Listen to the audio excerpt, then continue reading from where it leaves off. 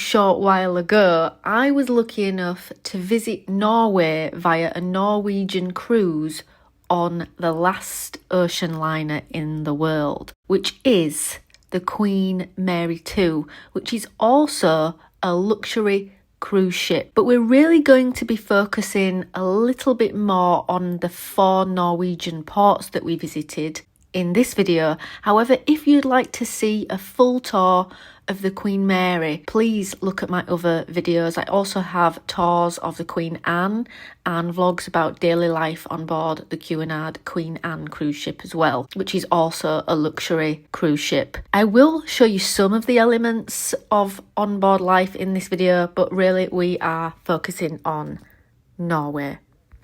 The first leg of our Norwegian fjord cruise found us in the second largest city in Norway, which is Bergen.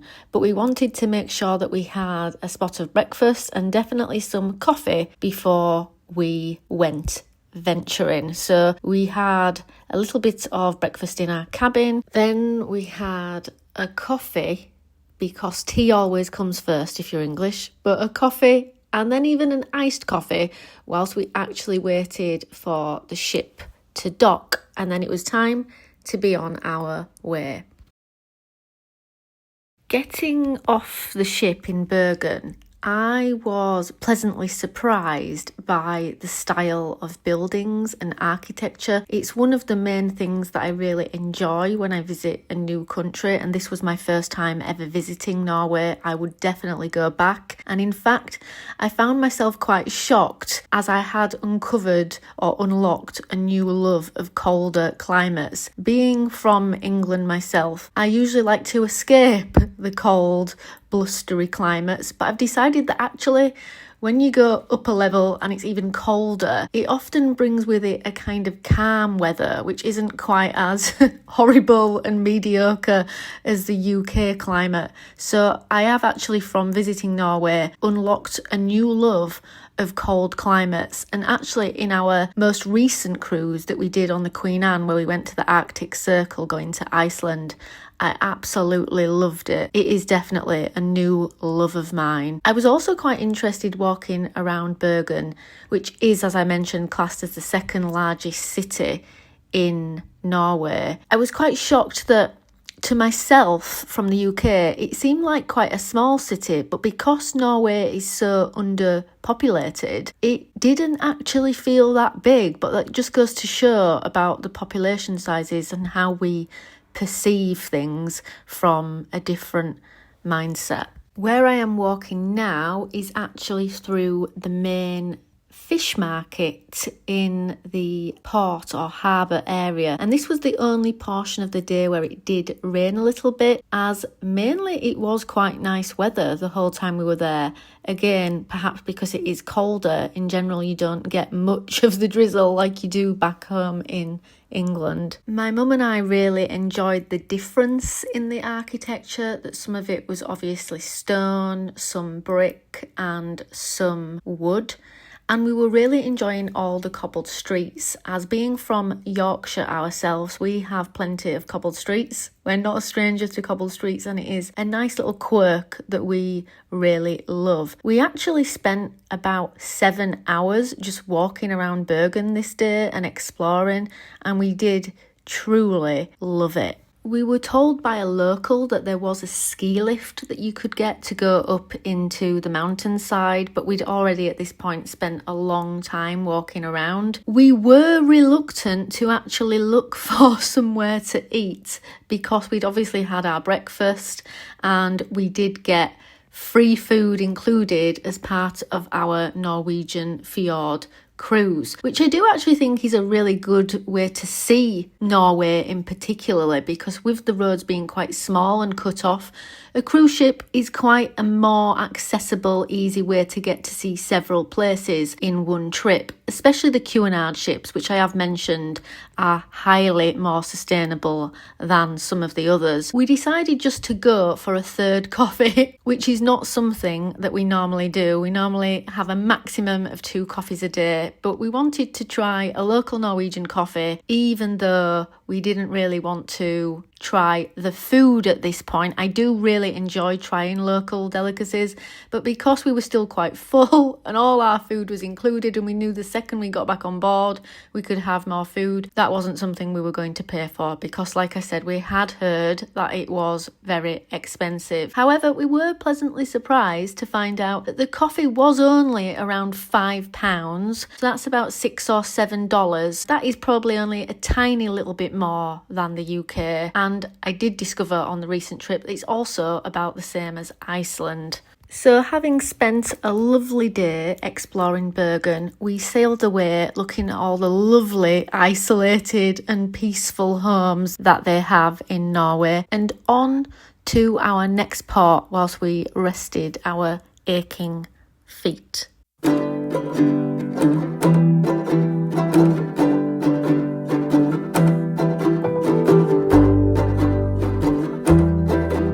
When we arrived in Olden, wow, was that a sight for sore eyes. I may even say it is the most beautiful sight that I've ever seen whilst getting off a cruise ship. Just literally docking up a side of a huge glacier and mountain was just absolutely unbelievable. In fact, it was truly awe-inspiring and took my breath away, and even quite emotive, which I even feel now as I'm talking about it. And it was just a short distance away to be able to go visit the actual glacier, but you could see it in the distance even when we pulled aside to dock. The Briksdalbreen Glacier is, I believe, Europe's largest glacier. It was even possible to see how much it had declined in the last 30 years, which is a topic that I find particularly interesting both in Norway and Iceland. I think a lot of the Nordic and Scandinavian and even Arctic regions of the world are perhaps some of the regions that get to see climate change the most, and as a result of that, I've noticed a pattern that many of those countries do their best to keep environmentally friendly. For instance, these little buggy carts that we were riding up to the glacier, as my mum did have quite bad ankles on this trip, they were entirely solar powered, which I just thought was truly great.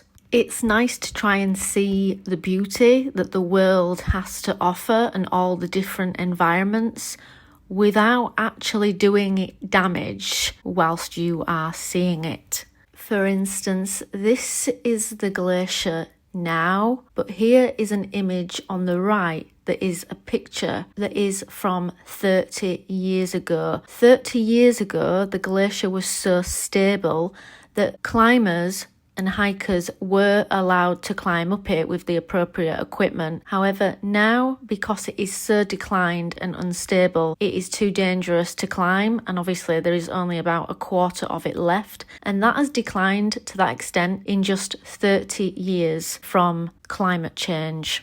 At this point, I had an overwhelming urge to try the glacier water. However, I don't advise this if it isn't a lake or stream with quite a large current, as there can be microbes that live in the water.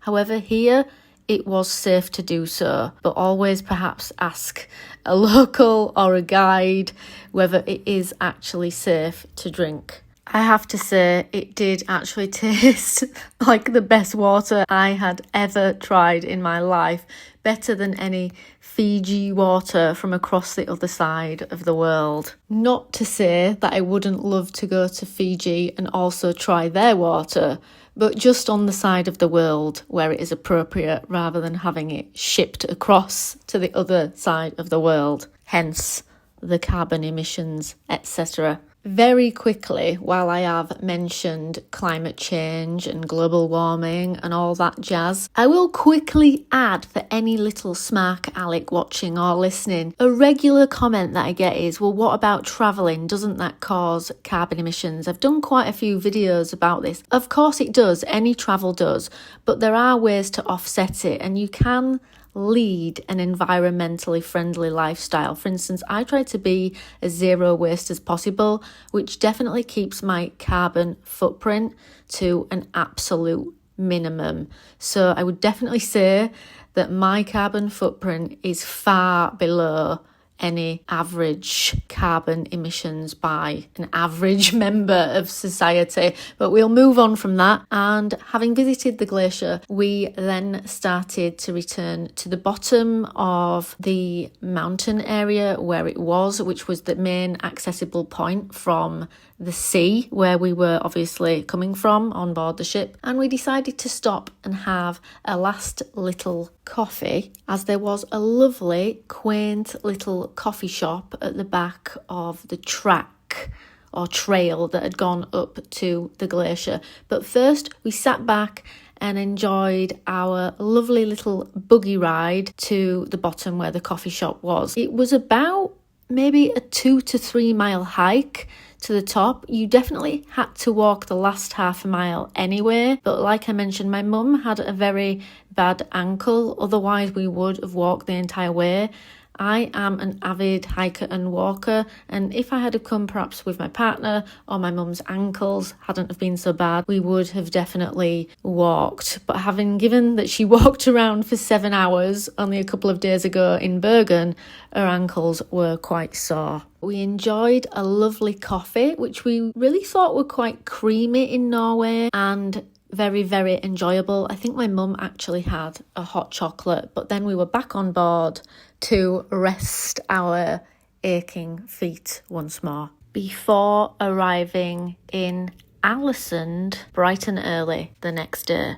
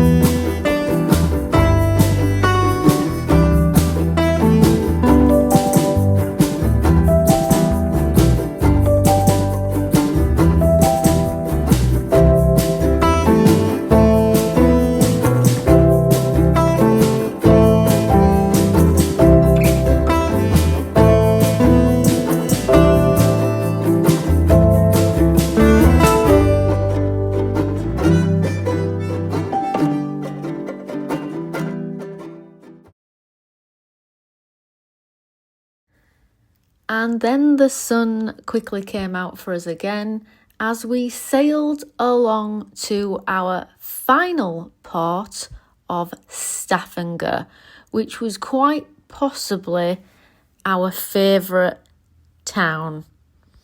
I found Stavanger particularly special for so many different reasons that I'm about to share. First of all, right where the ship comes into dock, you are alongside Europe's oldest wooden cabins and structures, and you can actually see them a little bit later on.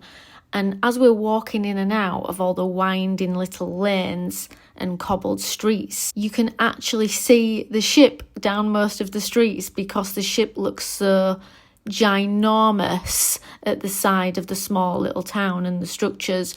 But it was truly a beautiful town. So let me show you around. This very, very colourful street was our favourite street in terms of there being cafes and shops. It was lovely, and we do stop off for a coffee on this street a little bit further on in the vlog. But first of all, we were just really enjoying walking down it and noticing all the quirky little interests that Norway had to offer, such as there were lots of really beautiful graffiti, I might add, that looked more like Banksy works of art. They were very, very similar to sort of Banksy style paintings and drawings. All the bicycle stands were even brightly coloured in keeping with the streets. And I don't know if you saw in that clip back there, they put crates in the middle of the street, a bit like a kind of recycling or repurpose centre, a bit like we might have charity shops or thrift shops for back home. And locals will come and bring anything they don't want and put on the crate, and people can just come and take it away that have a use for it. And this is partly what I mean as well about a lot of the Scandinavian and Nordic countries really believing in repurposing and reusing and recycling and eco-friendly living. It's just another example of that. We found a lot of eco-friendly stores, and even old phone boxes had been made into book kind of giveaway centres. People would bring their books to old phone boxes and even repurpose the phone boxes, since many of us have mobiles now, which I just absolutely loved, you know, a true waste not, want not attitude. And as always, it's time for a coffee, but my mum enjoyed a Norwegian beer. Chin chin. Chin chin. Then we bumped into my mum's next favourite thing, which was some French poodles. Not just any poodles, and not really French ones, because they were Norwegian poodles. And we enjoyed giving them a little bit of attention and getting to have a chat with some locals at the same time. Then my mum appeared to be rather taken with this wooden crocodile at the side of the lake, and we explored a little bit more. We also really did want to try some local delicacies, so at this final stop in Norway, we did try some of the local cheese. It's a kind of brown cheese that has this sort of caramel aftertaste. We enjoyed at least getting to try a few delicacies from Norway, because I do actually think that the culinary side of a culture is just as important as other parts of it. You know, food is one of our senses. As sensual and sentient creatures, I think it's important to fully use all our senses, or all the senses that we are able to, whilst travelling, to fully enjoy living and experiencing. Earlier, at the start of this Stavanger adventure portion of the travel vlog, I mentioned that there were also the oldest wooden structures and cabins in Europe, and these are them right now that you're seeing. These white wooden cabins that line either side of the cobbled streets are incredibly old and beautiful, and they were lined with flowers that absolutely smelt delicious, almost edible, which is why I was also talking about senses. Obviously you can see and you can listen on the videos, but it is not a patch on actually being there. And if my travel vlogs inspire anybody to travel, then that is a great objective for them, because it truly is beautiful to see the world. And I hope for even those people that aren't lucky enough to be able to see the world, that perhaps can't through physicality or affordability, I hope this is a great way to bring the rest of the world to you. That is just like the song, wherever I wander, wherever I roam, the bare necessities of life can come to you. I actually filmed this vlog long before I decided to actually make a travel channel. And my travel channel, entitled Bare Necessities, is actually quite a new channel. And since filming some of these vlogs that I've now kind of decided to make via voiceover, I have actually done a few more recent vlogs on my trip to the Arctic Circle and to Iceland, where I am actually vlogging within them, because that was after having made the decision to do a travel channel. But a couple of these vlogs are told via voiceover, but if you want to get to know me a little bit more and see me a little bit more in some of the videos, why not try out my travel vlog playlist, some of my other travel vlogs. There's even one where we go to Ireland. There's going to be one upcoming that I've also told in past tense where we go to Greece.